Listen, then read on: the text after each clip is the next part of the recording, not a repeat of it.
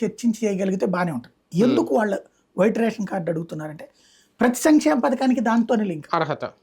అట్లాగే ఆరోగ్యశ్రీకి దాంతో లింక్. లింక్ ఉంటుంది. అవును.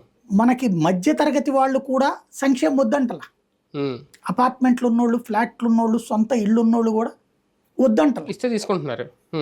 వాళ్ళు ఇచ్చారు మేము తీసుకున్నాం, వాళ్ళు అడిగారు మేము ఇచ్చామంటారు. అడిగినప్పుడు ఇవ్వలేదనుకోండి వాడికి ఇచ్చావుగా వీడికి ఇచ్చావుగా అంటారు. ఎలిజిబిలిటీ అనేది క్రైటీరియా. అంటే దీంట్లో ఒక రీజనింగ్ ఉంటుందండి, అందరినీ దొంగలు చేయడం. ప్రాక్టికల్ గా ఇప్పుడు ఓ రాజకీయ పార్టీ తన పార్టీలో ఉన్న కార్యకర్తలందరికీ ఇచ్చేసుకుంటుంది, వాళ్ళు ధనవంతులైనా సరే.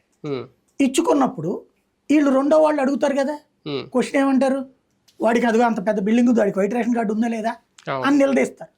ఈ నిలదీసే పరిస్థితి రాకుండా నువ్వు కూడా తీసుకుపో అంటున్నారు. అట్లాగే ఇప్పుడు 1,47,00,000 మందికి వచ్చింది. ఇప్పుడు అదేమైంది, 60 లక్షల వారం భరిస్తారా, నెంబర్ 1. రెండోది మీరు అన్నట్టు ఇప్పుడు రేషన్ డీలర్లు మా ఉపాధి దెబ్బ కొట్టాడు, మా ఉపాధి దెబ్బ కొట్టాడు, కరెక్ట్, వాళ్ళకి అదనపు సంపాదనకి దెబ్బ కొట్టాడు. ఇప్పుడు మరి వీళ్ళ ఉపాధి పోయినట్టు అవుద్దిగా, ఈ వెహికల్స్ తీసేస్తారు, దాని మీద వాళ్ళు వాళ్ళతో పాటు ఒక అసిస్టెంట్, ఇద్దరికి